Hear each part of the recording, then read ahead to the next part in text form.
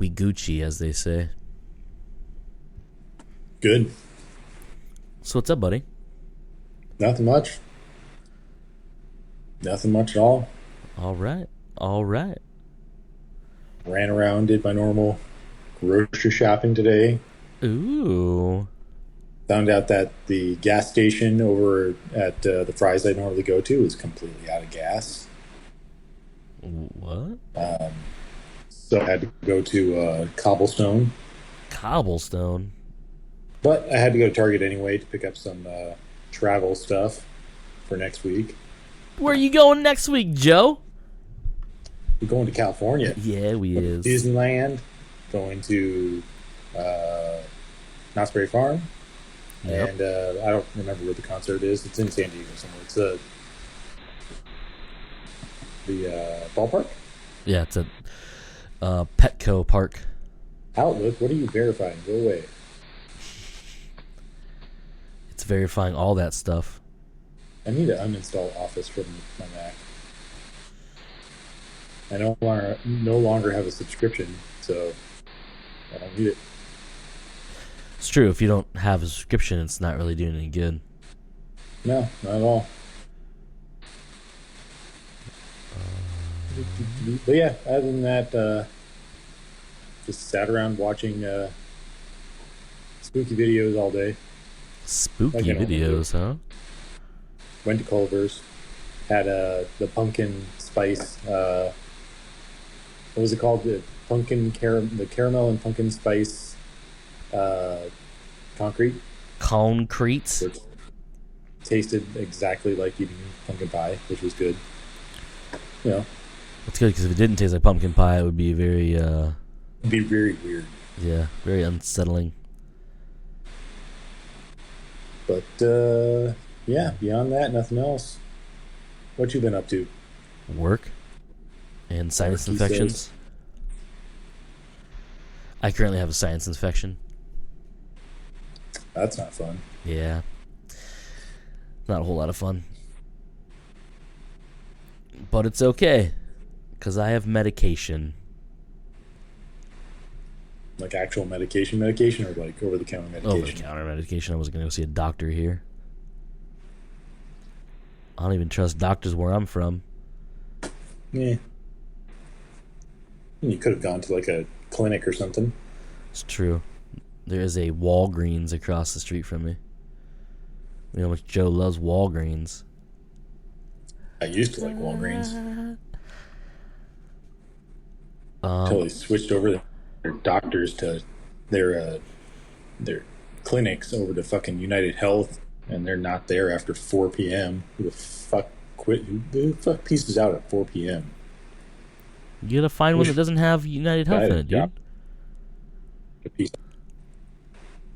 As far as I'm aware, it's all the ones around here, which is only one around here, so whatever. No, you go the other way. So when you leave your house area, right? If you go left or east, you go to the Fry's with the Walgreens over there. If you go west, there's another Walgreens right down there. There is another Walgreens right there. They See? don't have the United Health stuff there. In fact, that's where I got my COVID shot. Boom. Done. See? I think that's where I got my second one. Yeah, I think that's where I got my second one at. My dose number 2. Dose number 2. Dose number dose. Anyway, Anyhow, I really don't have much to talk about this week because honestly, there was nothing that I was really interested in seeing this week. I mean, or talking about. There's a lot of stuff that happened, to be fair. Like, we had the drop of the OLED Switch and Metroid Dread. yeah. I don't own either of those, so I really can't talk about them. I do want to play Dread. I've seen people play it, and it looks cool. Yeah, I didn't bring my Switch with me, so I will be getting that later. Yeah. But, yeah, beyond that, I really didn't care about anything else. Even the trailers that we posted to each other were just kind of meh, you know. I mean, I was excited about the one that you had posted. And you'd ask me, can you guess what this is? And honestly, halfway through, I was like, this looks familiar, but it doesn't what it ended up being was not what I thought it was. No. You know, it ended up being because the title of it was Splash something. The splattering. The Splattering. And I was like, the title right there sounds familiar, but I don't know, it's just too generic as well. Watching the trailer, you're like, okay, this is kind of interesting, but still kind of, I don't know, dumb. Because it just felt like every other horror movie out there. And then it cuts to the theater, and you're like, is this Gremlins? Like, is this Gremlins? That's what Gremlins 2 did. And then it turns out to be Lock and Key at the very end. It's like Lock and Key, and I was like, oh, okay, that's cool. You know, that's cool. But you know what the splattering is, right? No, It's the movie the kids were making in the first season. See, I don't remember what the title of it was. The splattering. That's cool.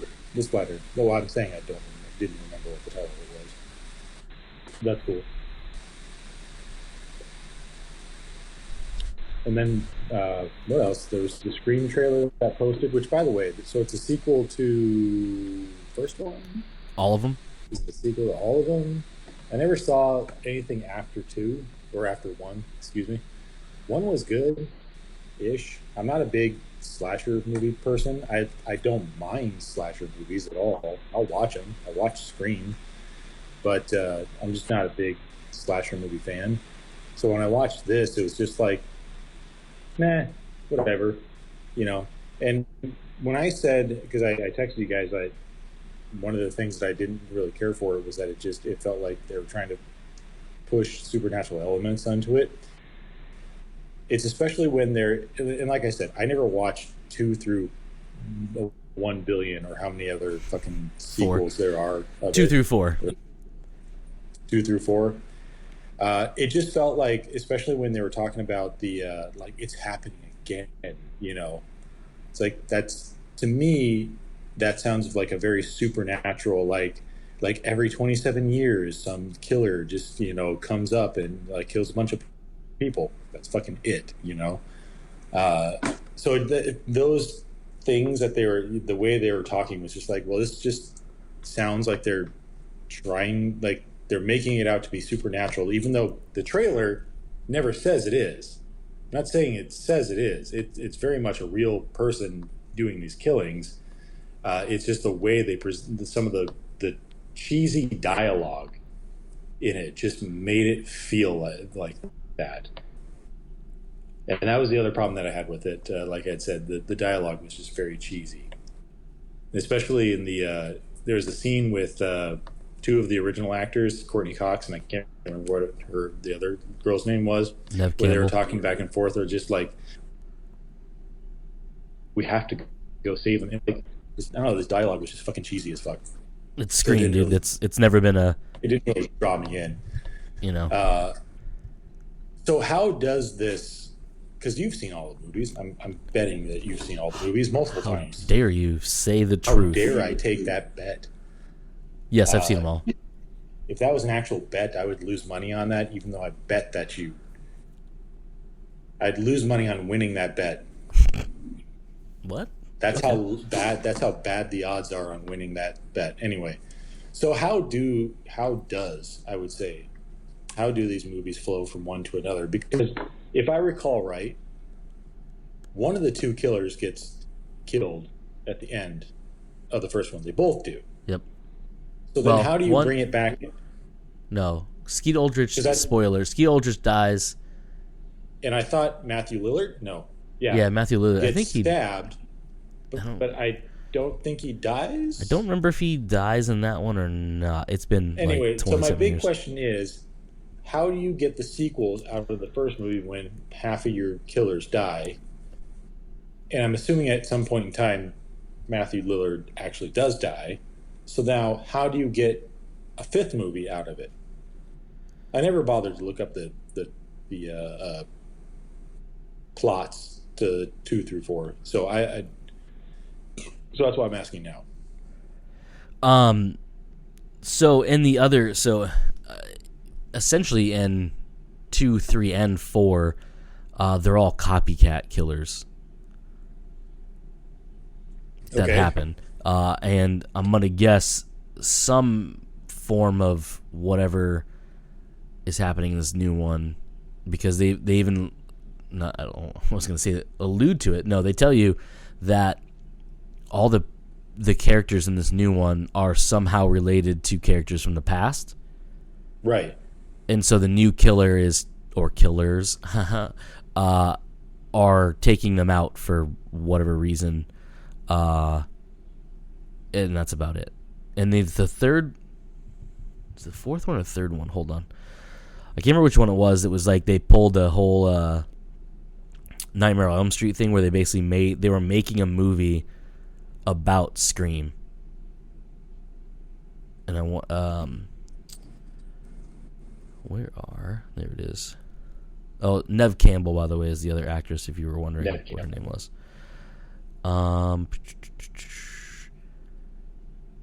Scream franchise. Thank you. Where's the button at? I don't know how to work things. Seriously.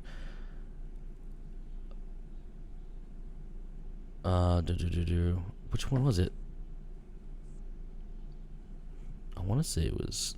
I can't remember which. They all blend together because they're essentially the same goddamn movie.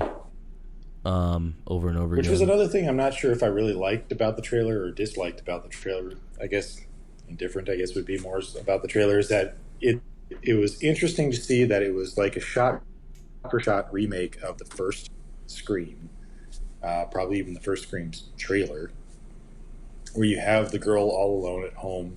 She gets the call on the house phone and just ends it. I was like, that's, instead of picking it up like you would have done in the 90s, I'm not talking to some scammer probably on my fucking home phone. I'm sitting here texting, and so it ends the call. So I thought that was funny.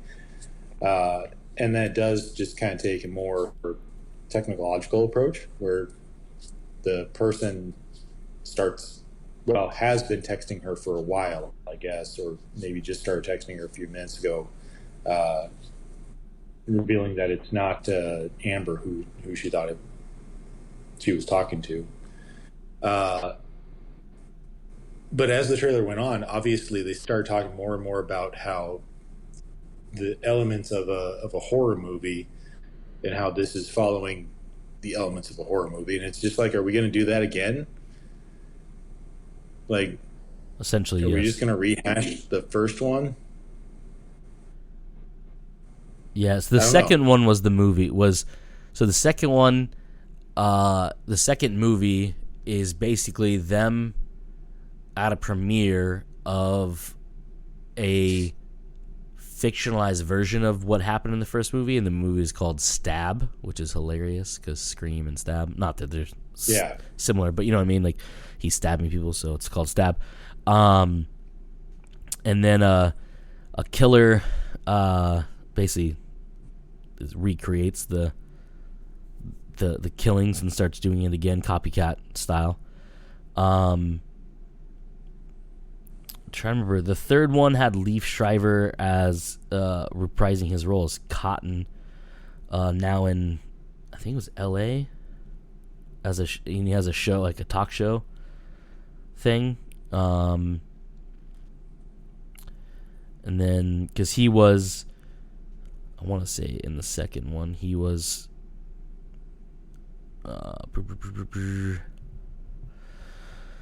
yeah, so much stuff. I have too many tabs open.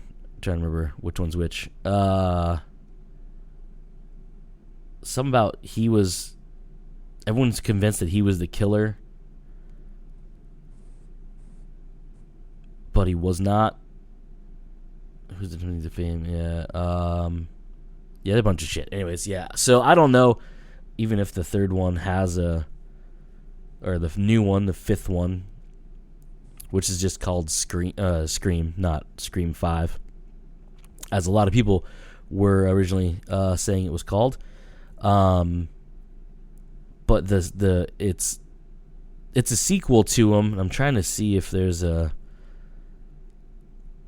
Good God, I don't know how to use technology, Joe. You go away for a month and you just, man. deteriorate. No, it's this goddamn fucking iOS 15 changes that I'm trying to get used to. The address bar is at the bottom.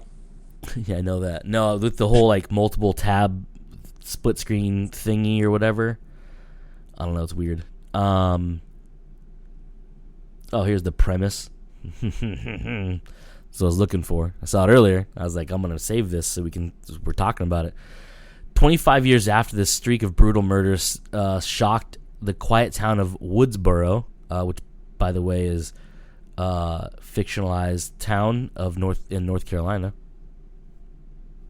Fun. Nice. You're pretty close. It's Halloween, too. Yep. A new killer has donned the ghost face mask and begins targeting a group of teenagers to resurrect secrets from the town's deadly past. That is the premise of the new movie. And it is listed as it's a sequel, and they keep, I don't know if this one doesn't say in here, but people say reboot, but I'm like, isn't it more like a revitalizing more than a reboot? Like a reboot means you're starting like fresh, you know what I mean? Like you're rebooting it. But they kind of are. I don't know. Like I think if it's a sequel, which we're saying directly from the synopsis, this is a direct sequel. This isn't like Paranormal Activity where they're leaving the plot and going somewhere else. Secret. By watching the trailer, it's literally a reboot because it feels like it's going to be a scene for scene, essentially retelling of the original movie. But it's a sequel because obviously we have the returning characters from the previous movies in it, and it is kind of a revitalization of it because we're taking that original idea, we are updating it for the 2000s. So yeah, I think it's kind of, if at least from the trailer and the synopsis, it feels like all of that. So yes, it's a reboot, revitalization, sequel. It's a sequel. A sequel.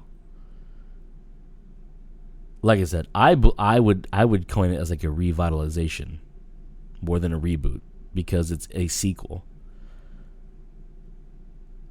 That's what I would say. But it feels like, yeah. I'm trying to find the stupid ass Randy Meeks, played by Jamie Kennedy. What are you trying to find?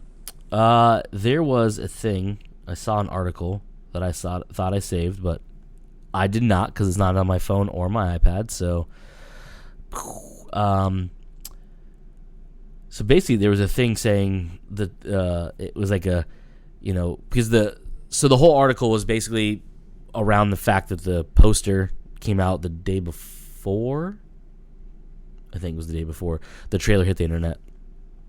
And the trailer says it's always someone you know or something like that. I think is what it actually said on there. And I was like, oh, okay. So, like, clearly they're going along with the whole thing because, that's what happened in the first one. If you don't remember, the first plot is these two sociopaths played by Skeet Ulrich and Matthew Lillard, who are obsessed with horror movies and pop culture, and basically just psychopaths, decide they want to, kill people.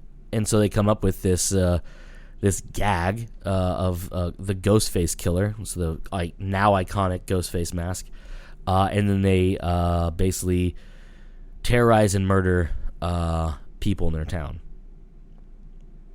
Turns out at the end, you find out it's the two of them, and they've been doing this all because they're psychopaths and they want to kill people.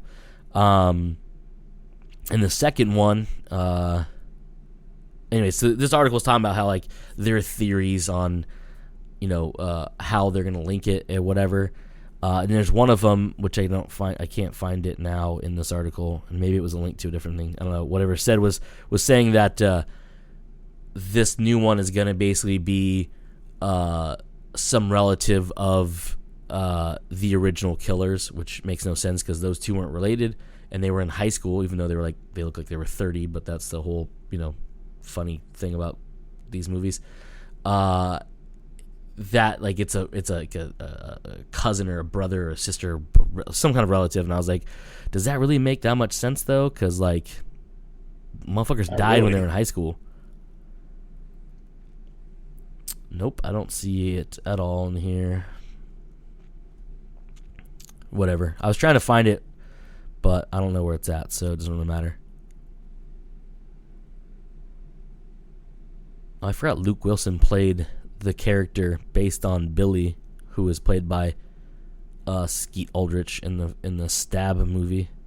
This whole like meta thing of like they had like the movie was made to be just like the plot of Scream, but like as a movie, and so they had people playing people in the movie itself.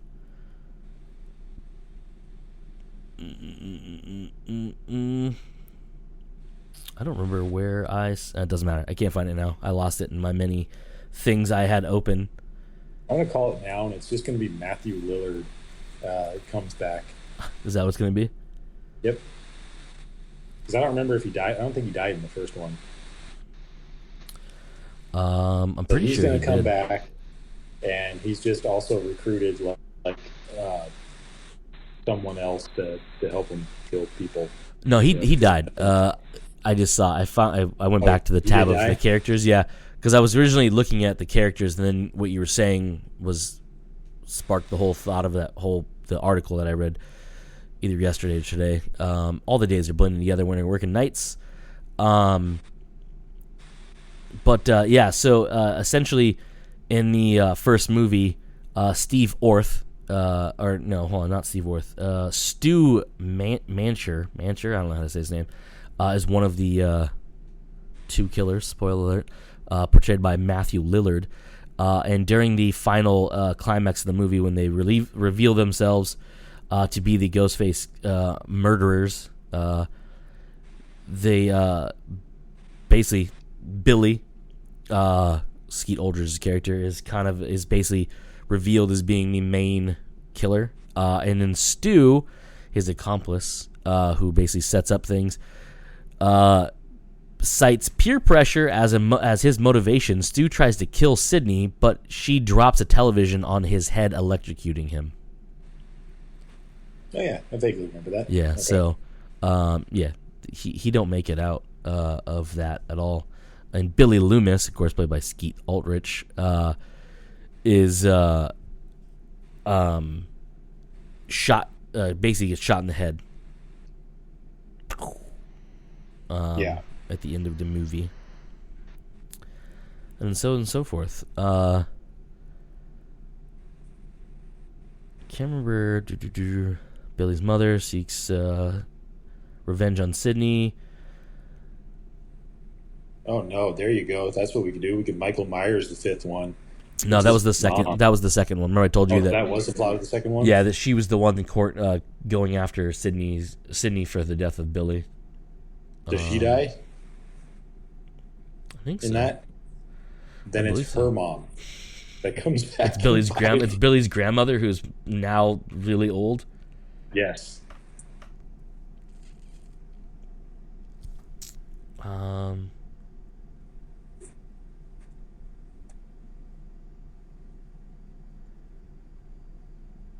Jesus, yeah, I can't.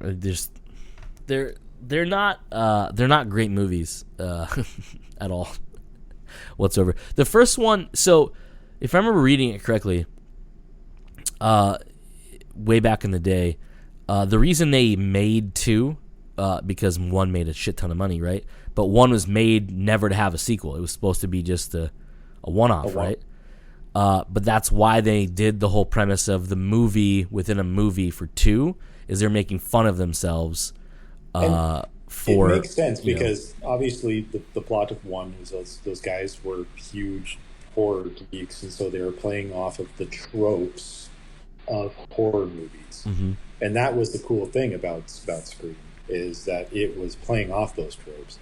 And I guess 2 still played off those tropes because in years past we've had Nightmare on Elm Street, which was literally a movie about the killings in that world, where this is the same thing.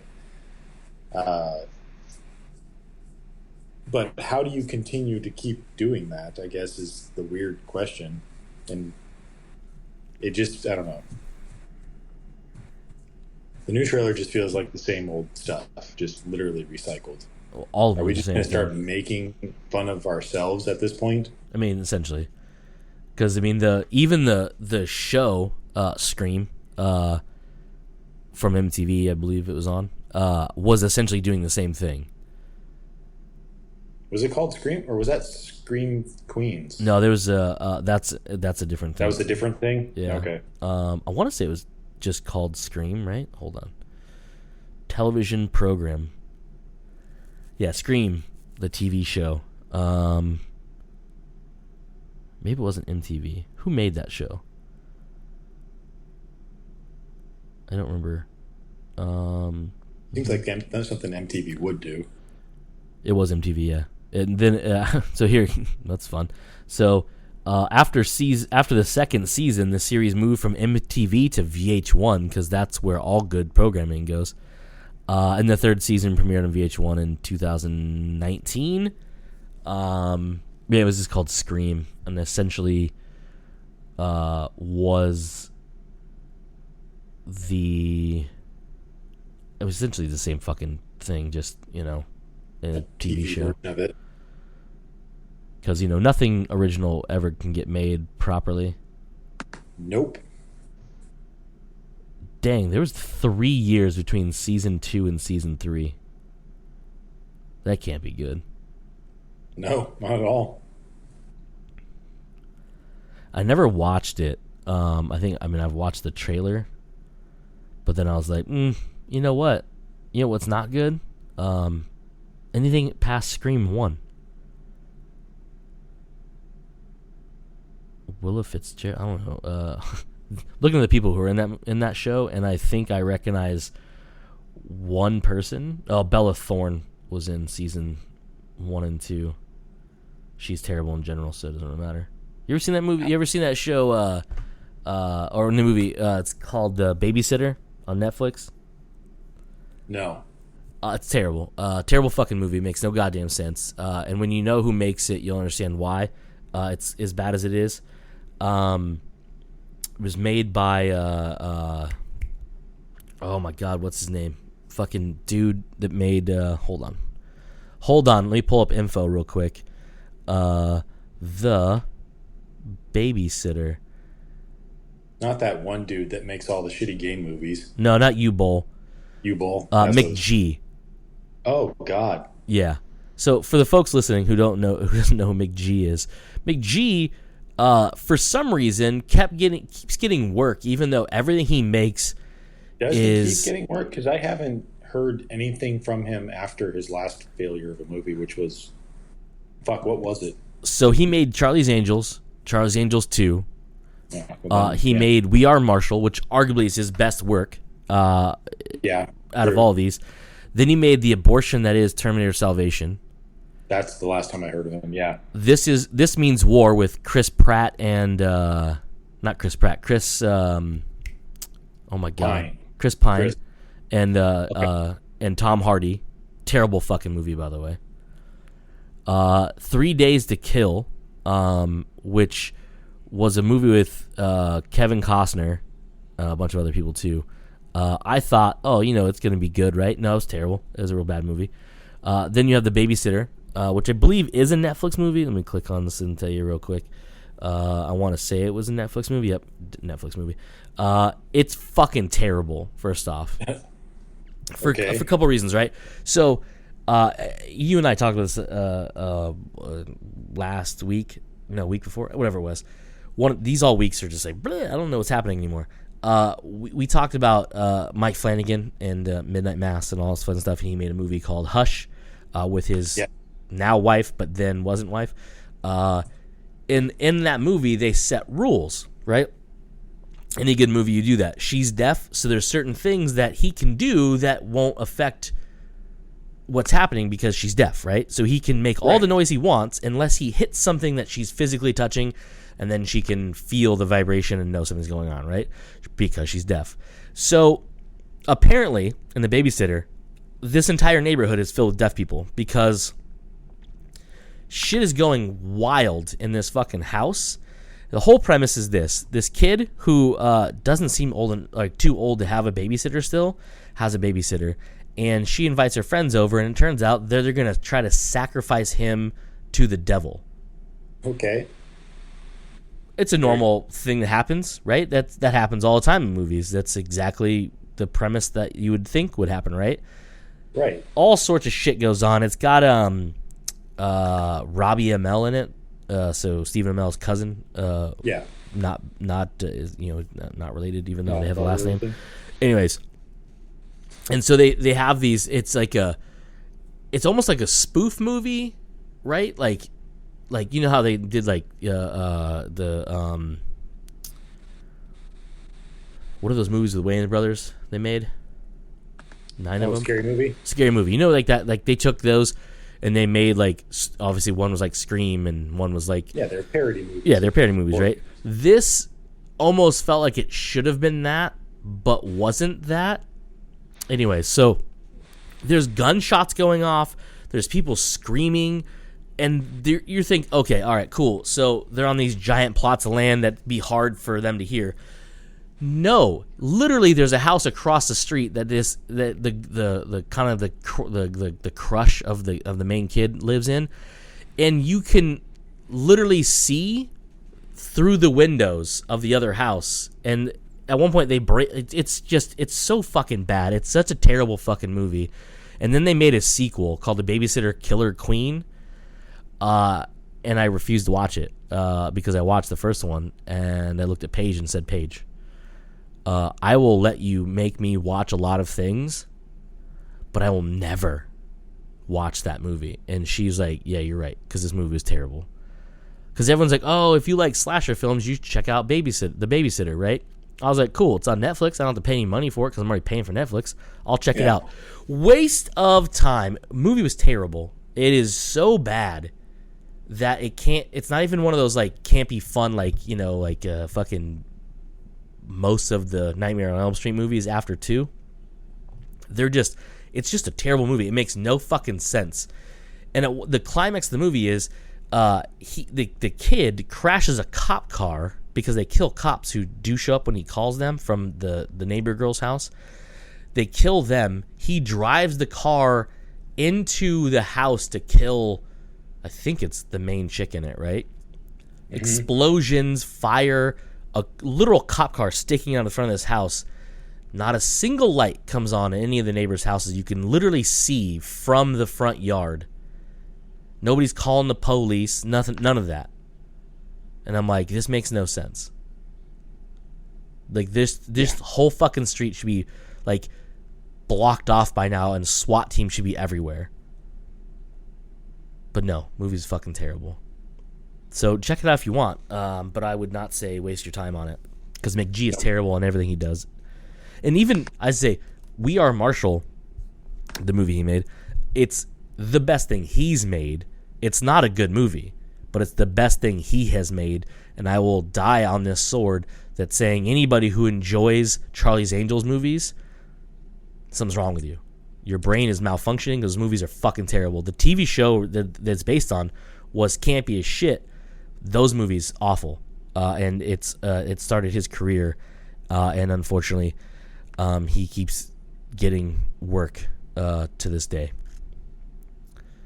and including TV shows, because the dude's made TV shows, and his newest one, well, he didn't make it, but he did the Lethal Weapon show. He helped produce that. He helped make Turner and Hooch, the new one on Disney Plus, with Scott, what's his name, Josh Drake or whatever his name is. Yeah. Yeah, he's just but he directed the pilot episode of Chuck. He was also executive producer of the show Chuck. Good show, right? Yeah. He just can't be involved. He can be producer. He fine throws your name down it, but once he makes stuff, he directs is terrible. and he should be ashamed of himself, and nobody should give him work, but he's getting it. So, and it's not like he's working like making a lot of different things. He makes things every couple years or so, but that's way too many. Like, they should have stopped when they gave him the contract for Charlie's Angels. They should have just fired him and said, let's start over. But I digress. That's The Babysitter. Don't watch that movie. It's fucking trash. But to my original point is the Scream television show makes me think that it's very much like the Babysitter, where it's not good. Like, you shouldn't be making that. Especially you shouldn't be making it on a show, on a TV channel like MTV, which can't even change their name to be proper anymore because they don't show anything music based anymore. And so on and so forth. But yeah, I don't know. I'll watch Scream because I like torturing myself, but most likely it's not going to be good. And I agree with you a lot of things. So if you've never seen anything past one, even one, nobody in that movie is a good actor, by the way. No, not really. Give me. I'll give you two. Give me two movies you can think of that have good performances by anybody in Scream. I would have to. No, you know me. I'd have to look it up. Yeah, well, you're not going to find them either because you know why? They're all fucking terrible. The best thing Courtney Cox has ever done, Friends. Was Friends. Well, but David Arquette, who's also great wrestler, terrible fucking actor.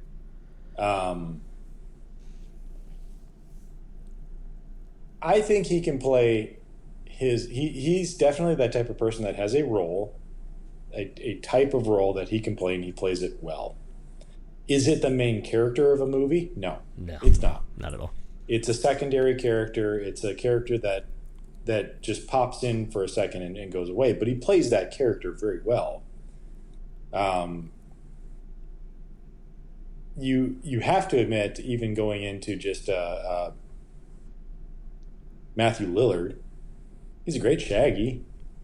Plays that role really well. Yeah, of course. I'm not saying that movie was great.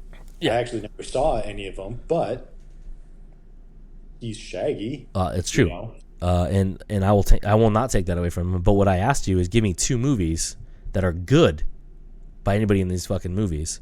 I would have to do some deep research into that. I'll tell you right now, the only person you're going to have a modicum of success finding stuff for is going to be Leif Schreiber, because he's actually made good movies. Unless you're talking about that one with Angelina Jolie that was like essentially Black Widow, but not. What was it called? Salt? Yeah. Terrible fucking movie. Terrible fucking movie. By the way, I just read, again, I've never seen the Scream TV show, but apparently it's an anthology television series, so all 3 seasons were different stories. Well, good, because how do you do one continuous story throughout 3 seasons? Especially if you're going to try to do it like you do the movies, where like every movie has multiple kills in it, right? By the end of the 3 seasons, this motherfucker's going to have like, double digits. Yeah. And it's like, bro. He would have killed a small town by now. Yeah, like, come on, dude. You can't do that. Like, you couldn't even, if it were me, I wouldn't even have like 1 death per episode. I'd have like it stretch it out to like 1 horrific fucking torture session of mental anguish throughout the whole season. Right. But I'm not in charge, so it doesn't matter what I think. Look at this. I mean, if you go through this cast, it's just not fucking good. Nev Campbell, Courtney Cox, David Arquette, Leif Schreiber, Jamie Kennedy, Skeet Ulrich, fucking what's her face, the chick that was banging Marilyn Manson for a while. Okay, so David Arquette, like I said, has been in good movies. Buffy the Vampire Slayer, arguably a good movie. Yeah. 3,000 Miles to Graceland could be argued to be a good movie. Bone Tomahawk is on here, which I've heard is a good movie, but I've never actually seen it. The movie's fucked up. And I don't know how much he's in it. He's barely in it. Oh, what about didn't he do wasn't it him that was in also Dude, Where's My Car? No, it was Sean William Scott and Sean William Scott. Okay. Yeah, I know the other guy's not him. the fuck is his name? It's Ashton Kutcher. Ashton Kutcher, yes, that's the one. Yeah. Okay, so yeah, I'm looking at his filmography. It's not great. Yeah. I could argue for those few movies, but even then, I don't think he's actually in it very much. He's not in any, like, even in 3,000 Miles to Graceland, he's barely in it. Yeah. He's a bit player in good movies. That's not what I said. None of these actors have led good movies except for maybe Leaf Shriver. Did I watch Eight-Legged Freaks? Yeah, it's the one with the fucking giant spiders and they end up talking. It's so bad. Like, not even good bad. It's just bad. They end up in a cave somewhere. Yeah. Yeah, I have seen it. Yeah, It's it wasn't good. fucking terrible. All right, Matthew Lillard. Let's take a look at Matthew Lillard. Okay, Scooby-Doo, She's All That. 13 Ghosts. Nope. I liked 13 Ghosts. It's not a good movie. That was arguably a good movie. And he was the main character in that movie. Sort of. Because it was kind of more of a group ensemble type thing. I could argue that that's a good movie. You could argue, but you'd be incorrect, sir. Let's see what else is here. Wow, he really leaned into the... I didn't know he did the voices for Scooby-Doo. Yeah, bud. Quite a bit. Wing Commander. Ugh, that's not a good movie. In the Name of the King? No. You can keep going. There's a list of them. Well, that's the end of the list here. I'm not deep diving into some of his stuff here. What was that fucking baseball movie he did with his boy, Mr. Michelle Gellar? No, the other one. What's the one? Freddie Prinze Jr. There was Trouble with the Curve? That's a baseball movie with... No, that's the one. That's the one with... I'm staring at him right now, and I can't think of his name. The old guy. Clint Eastwood, right? Clint Eastwood, there we go. Yeah, that movie's actually pretty good, but it has nothing to do with Matthew Lillard being in it. Because, again, bit part. There was a movie he did. Is it Summer Catch? No, not Summer Catch. I'm not seeing it here. The fuck is that movie he did with Freddie Prinze Jr.? It doesn't really matter. All right, we'll do... Well, Drew Barrymore was in it. Okay, Drew Barrymore is in it, but Drew Barrymore's in it for the first 10 minutes, and then she gets murdered. Oh, she gets she's the chick. She is the one that starts the movie off, where she gets the call in from the inside the house. Okay, never mind. Yeah, so she's in it, and she has been in good movies, right? But I would never say she's the star of these movies. Like, they're like, Nev Campbell. The Craft is her next best movie. Like, if your next best movie... Hold on, here we go. We have The Craft. Yep. She was in Skyscraper. I don't remember what role she was, but she was in Skyscraper. Nev Campbell was? Wait, did she play as The Rock's wife? Was that her? Oh, shit, it was her. Sarah Sawyer. Yeah, that was her. Oh, shit, I totally forgot about her being in that movie. She was a badass in the movie, too. Like, she wasn't like a damsel in distress. She's like, I'm going to punch this motherfucker in the face. But, we got two good movies there. No. The Craft is fucking terrible. I actually don't remember The Craft. I've seen it. I've seen it multiple times. Garbage. It's for me. Man,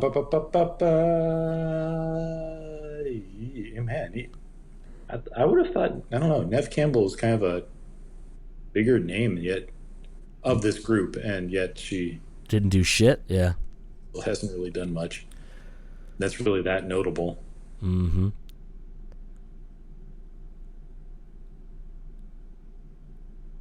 Huh. All right. Let's take a, just for shits and giggles, let's take a look at Courtney Cox. Oh, God. Because actually, I don't know how many movies that she's done. Masters of the Universe. She was in Masters of the Universe. Oh, I love that movie. Was it Jennifer Aniston that was in Killer Clowns from Outer Space? Yeah. I have no idea. I think so. Extra. Oh, she was in Naked Gun. She was. A 33 and a third. The third one, which, by the way, if you don't know the numbers, which is not the best of them, but yeah. Yeah, no, not really. She's done a lot more movies than what I can really think of. Oh, she's done a ton of movies. no one remembers because she was, she's always been Monica from Friends. But I mean, she was in Ace Ventura, Pet Detective. It's a good one. She was also in 3,000 Miles to Grace. There's a lot of... She's married to David Arquette. Right, but there's a lot of crossover between some of these actors. Obviously, she's married to David Arquette, so she's in his wrestling movie. She's in 3,000 Miles to Graceland with him. There was another one here. Where was it? I don't fucking see it. Whatever. But yeah, I don't really see... She was in The Longest Yard. Again, she's not the star of it, so... Okay, fine. You win. Telling you, man. That's None the problem. Of them are really good actors. That's the thing, is like when you go and you look at, and it's always been that thing where like, there's like the typecasting or tropes that people fall into in their careers. Like, for example, if you're in a sci-fi movie, a successful sci-fi movie, a lot of times all the work you're going to get is sci-fi. Mark Hamill, right? Yeah, he was in Guyver, Guyver 1. He was in the first one or second one? First one? Yeah, I don't remember. Terrible movies in general, based on a really cool anime, but it's neither here nor there. But he's never really had any on-screen success, right? Same thing with horror movies. You have the same thing. You get stuck in those, and you're there forever. I mean, Neve Campbell is a perfect example, right? You look at Neve Campbell's list of movies. What has she done outside of the Scream franchise? The Craft, horror movies. Yeah, like, come on, it's fucking terrible, and it sucks because, I would say they could be good actors, but they've proven that they're not. But it also could be the projects they get involved in, because, you can make the argument that you have someone that's we'll use Charlie's Angels as an example, right? You have several people in that movie that are in tremendous movies that have real acting chops, almost all of them, right? Well, maybe not so much Cameron Diaz. She's good in some things, but most of the time she's not really good in a lot of things. Anyhow, but you have those, right? So you can make movies that are terrible, and you can have someone like Mark Wahlberg, right? Mark Wahlberg, depending on who he's working with and the material he's working with, he can be in a very good movie. But then he can also be in Max Payne and what was that shit fucking M. Night Shyamalan movie, The Happening? Yeah. Where like apparently like, I don't know if this was a joke, but it's also apparently like a true statement. M. Night Shyamalan wanted everyone to say the lines as if it was a question. No matter what the line was, it had to be an inflection like a question for some reason. Which is why he always looked confused in the whole entire movie. Yeah, mainly because he's like, what the fuck is this movie about? Like, Mother Nature trying to kill us, and somehow that convinces a guy to run himself over with a lawnmower. But whatever.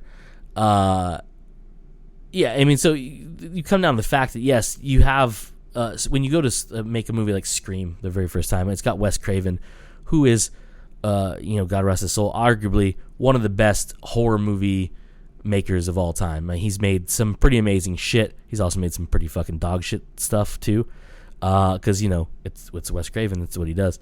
I mean, anybody who makes Vampire in Brooklyn is probably not the best authority on really good movies, but he sticks to his guns. He makes what he wants. He's not looking to get Oscar-winning performances out of Neve Campbell and Courtney Cox. Right. That's not what your Scream's for. Should they? Yeah. I mean, that'd be pretty amazing. Not that a horror movie is ever going to really win an Oscar because the Academy is fucking dumb, but also they're made for like $12. And you're not really getting performances out of $12 productions, you know what I mean? Anyhow, what I'm saying is Scream, the new one, I'm going to see it. Is it going to be good? 95% chance of no. But I'm still going to watch it.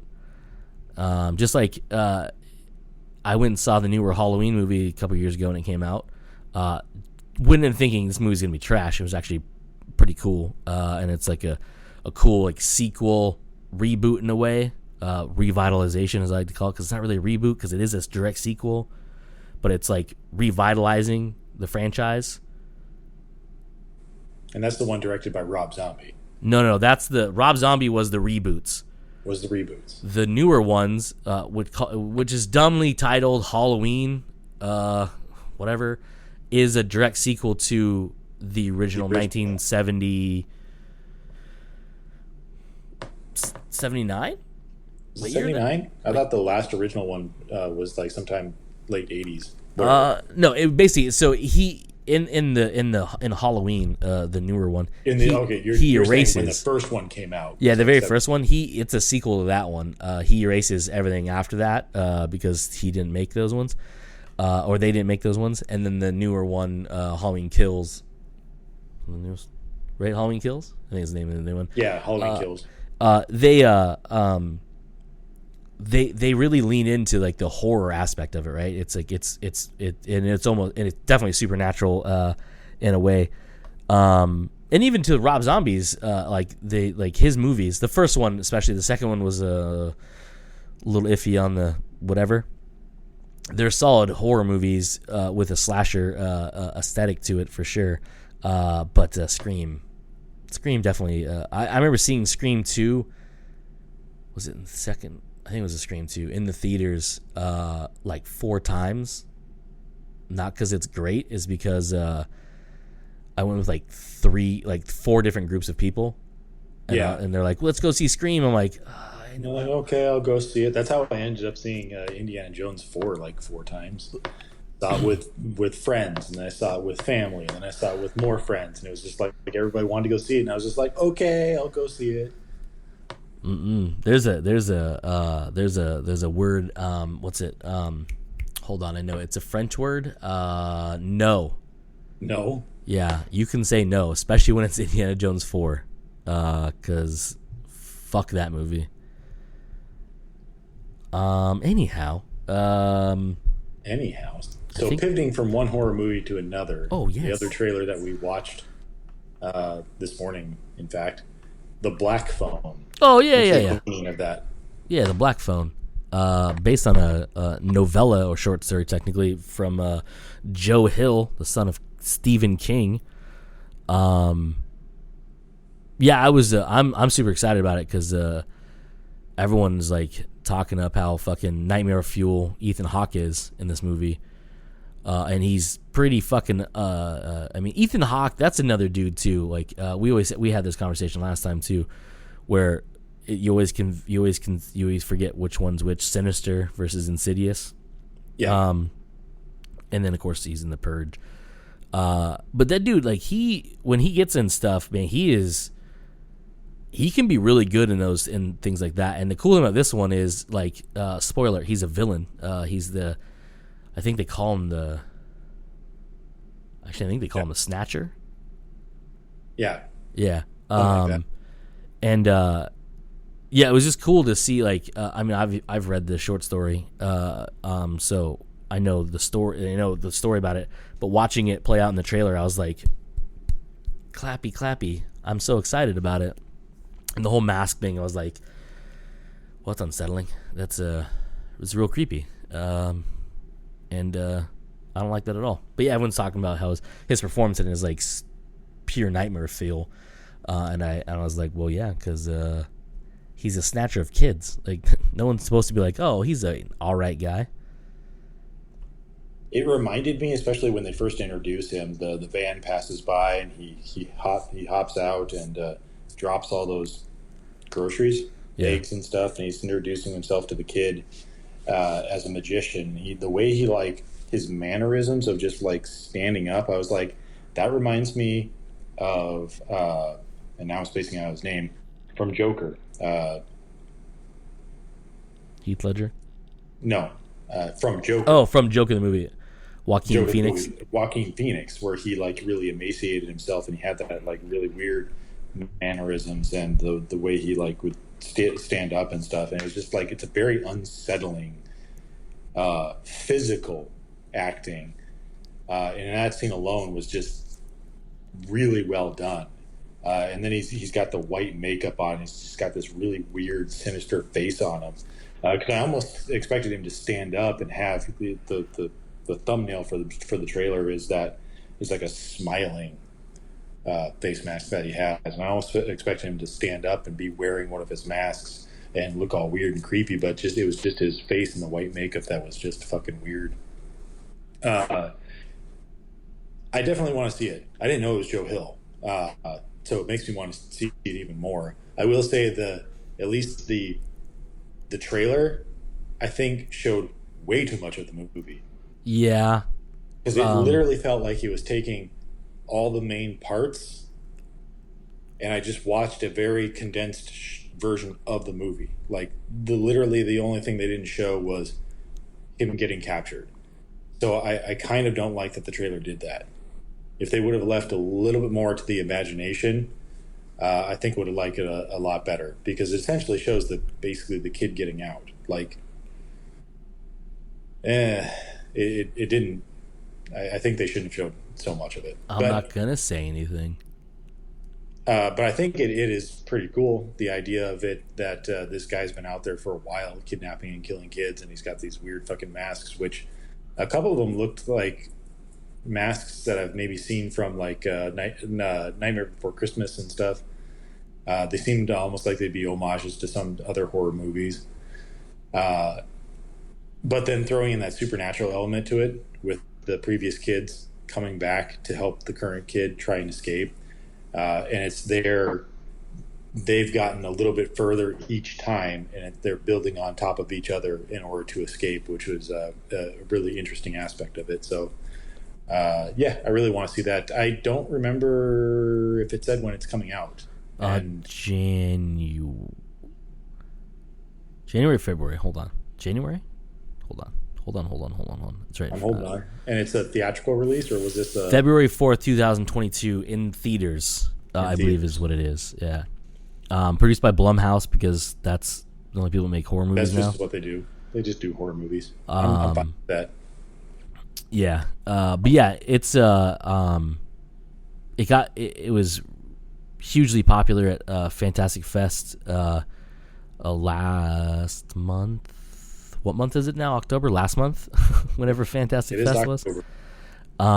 So yeah, it is it's done. It's being released through Universal Pictures in the beginning of the year. And it takes place in the 70s. Hold on. I think it's the 70s. Yeah, here we go. After 5 children go missing in suburban Colorado town in the 1970s, Finney Shaw is soon to become the 6th victim when he is kidnapped by a serial killer and put inside a soundproof basement. Finding a disconnected phone, Shaw discovers its ability to transmit the voices of the killer's previous victims who try to help him escape. That's the description. Based on the short story or novella, The Black Phone by Joe Hill. Boom, boom, boom. Oh, so here's a short story. You read it. What collection of his stories is that in? That's in 20th Century Ghosts. 20th Century Ghosts. Okay. Yeah, the first group of them. Yeah. Highly recommend reading that, by the way, if you haven't. Which I have not. Because it's real good. And it's funny, too, because not funny. There's a story in that one that also has to do not with a phone, but there's a lot of things that have to do with like ghosts and stuff in it. 20th Century Ghosts is actually one of them, which is a really good one too. But I was gonna say is there's a can't remember the name of it right now, but there's a collection of short films made, and one of them was based on one of the stories in that, where this kid's like basically made of balloons. It's really was that 20th Century Ghosts? Yeah, it's 20th Century Ghosts. No, I thought that was in his other. It was the Balloon Boy that. Yeah, because I've read that, the Balloon Boy. I want to say it was in 20th Century Ghosts, wasn't it? Or was that in? That wasn't Strange Wet? Hold on. That was in it. That was in his sequel one that I've actually read with the Cockroach Kid and the. The Balloon Kid one was. He's like can easily be popped. He befriends another boy. Well, it wasn't Strange Weather. Strange Weather was a different one. Yeah, pop art. Yeah, it's 20th Century Ghosts. Then I have read 20th Century Ghost, so I must have read this, and I just don't remember it at all. Well, that's because also in that book was, like I said, the kid who slowly turns into a cockroach. Yeah. Very weird, creepy story. Okay, so I have read this. I just don't remember actually reading it. Yeah. Huh. Abraham's Boys is a good one too. Last Breath is a good one in that one too. Yeah, where the guy collects the last breath of dead people. Yeah, people are dying. Yeah. Okay. So I have read this book. I have read this story, and I literally just don't remember it. Okay. Good job. Excellent job. Yeah, pop art. I think, I don't know if I remember, someone wanted to make 20th Century Ghosts into a movie. I can't remember who it was that wanted to do it. It was more recently too.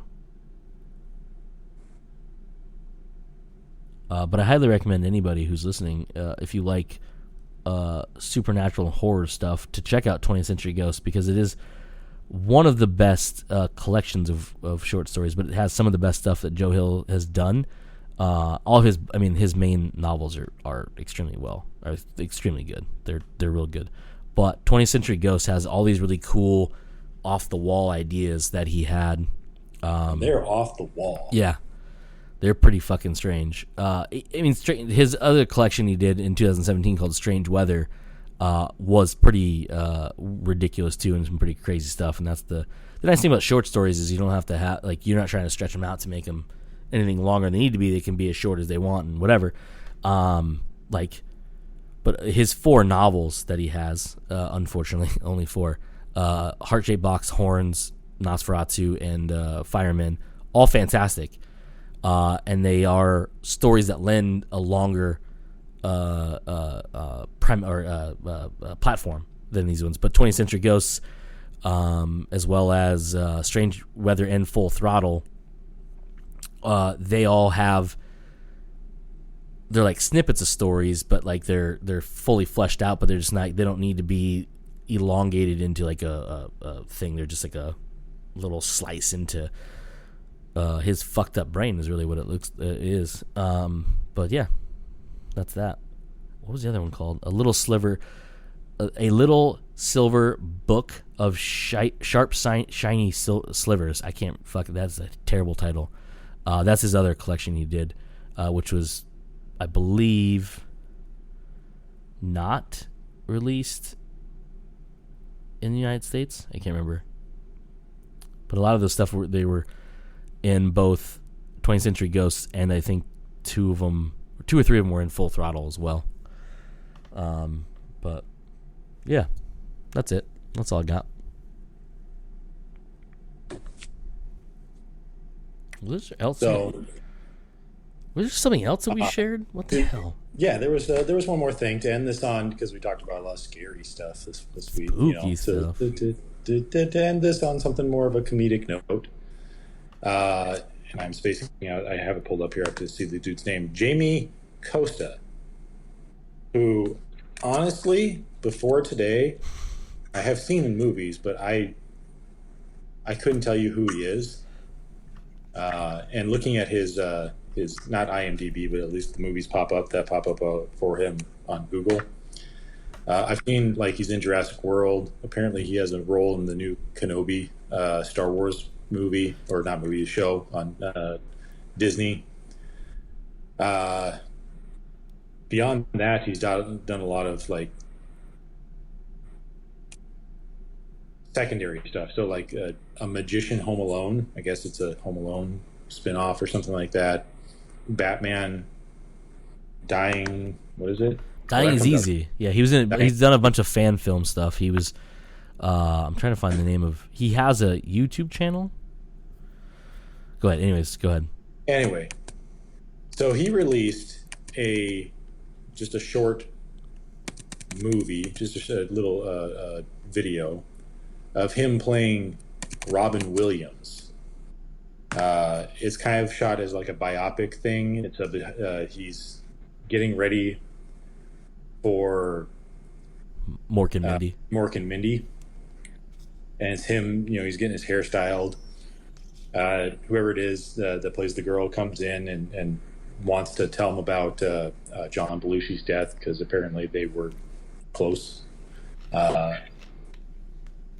If you would have asked me before today if there's any way somebody could have done a biopic pick about Robin Williams, or even have just gone back and maybe remake a Robin Williams movie, I would have said no. He is such a unique personality that I don't think there would be anybody that would be able to at least come to his level. Like, even in just remaking the movies with him, I don't think you really would be able to do, but you'd be able to at least do it somewhat justice if you.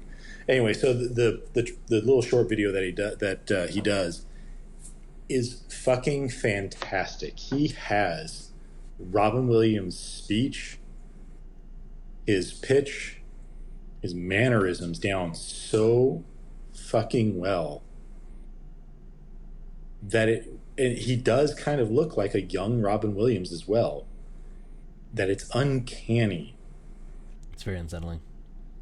And after watching this, I really do kind of want a Robin Williams biopic by him, because I think he could do such a good job playing that type of character.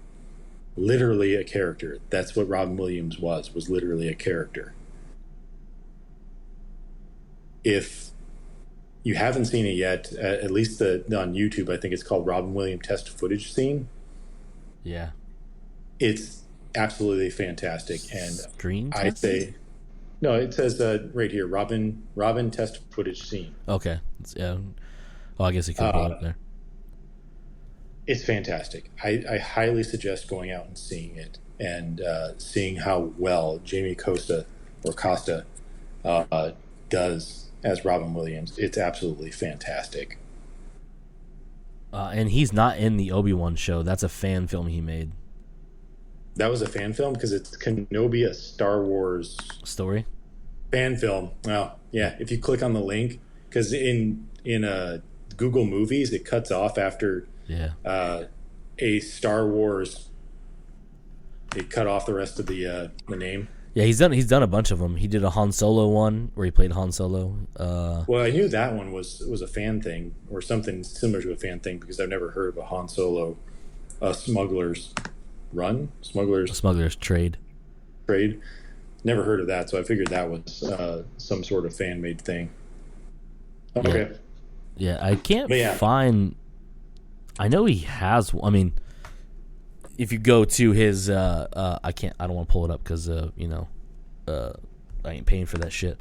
His actual IMDb. No, if you go to his YouTube channel, which is just his name, Jamie Costa, you'll see. I think he has a bunch of these on there. So it's more than just the test footage. I don't know. I don't know. I'm trying to see if I don't know if it's more of just the. I think the Robin Williams or Robin. That one's a newer one that he's never done before, but he's well known for doing impressions of different actors because he does a lot of voice work and stuff. But he's known. I guess he's known for doing a very good impression of Robin Williams. Clearly.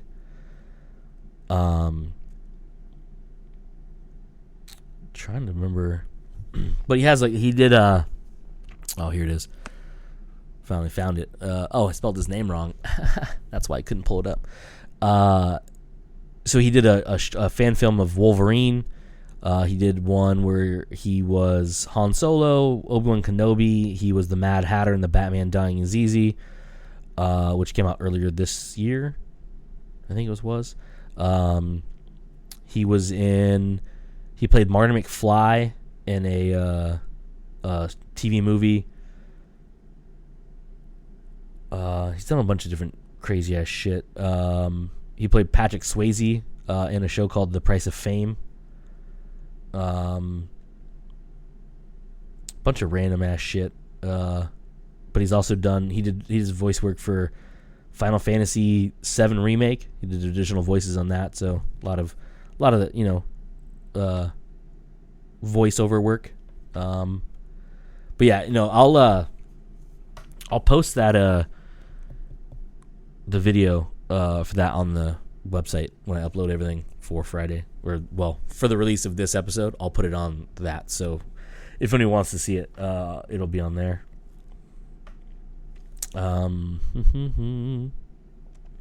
Oh, here it is. Aha, found it. I knew I had it in somewhere. After graduating NGU, which I don't know what that actually is, Costa moved to Los Angeles and further pursue a career of entertainment. In 2014, he became widely known as capturing the likeness and spirit of Robin Williams, who had died earlier that year. After uploading a video tribute titled "Never Had a Friend Like Him," the video featured impressions of Williams' many memorable characters. That's what I was thinking of. I was trying to find. And in 2015, he was signed to William Morris Endeavor following a performance at an SNL showcase. Since then, Costa has appeared in a variety of work, including voiceover and acting in industrial, independent, and feature films. So, but yeah, his YouTube, I believe, has a bunch of his fan film stuff. I don't know if it has all the fan films, but I know he has like quite a bit of stuff in there. That reloaded a lot. I watched a lot of YouTube videos apparently today. Not just that one. Oh my god, it's so far it's not on my list anymore. Jesus Christ, don't you work? Yeah, nights.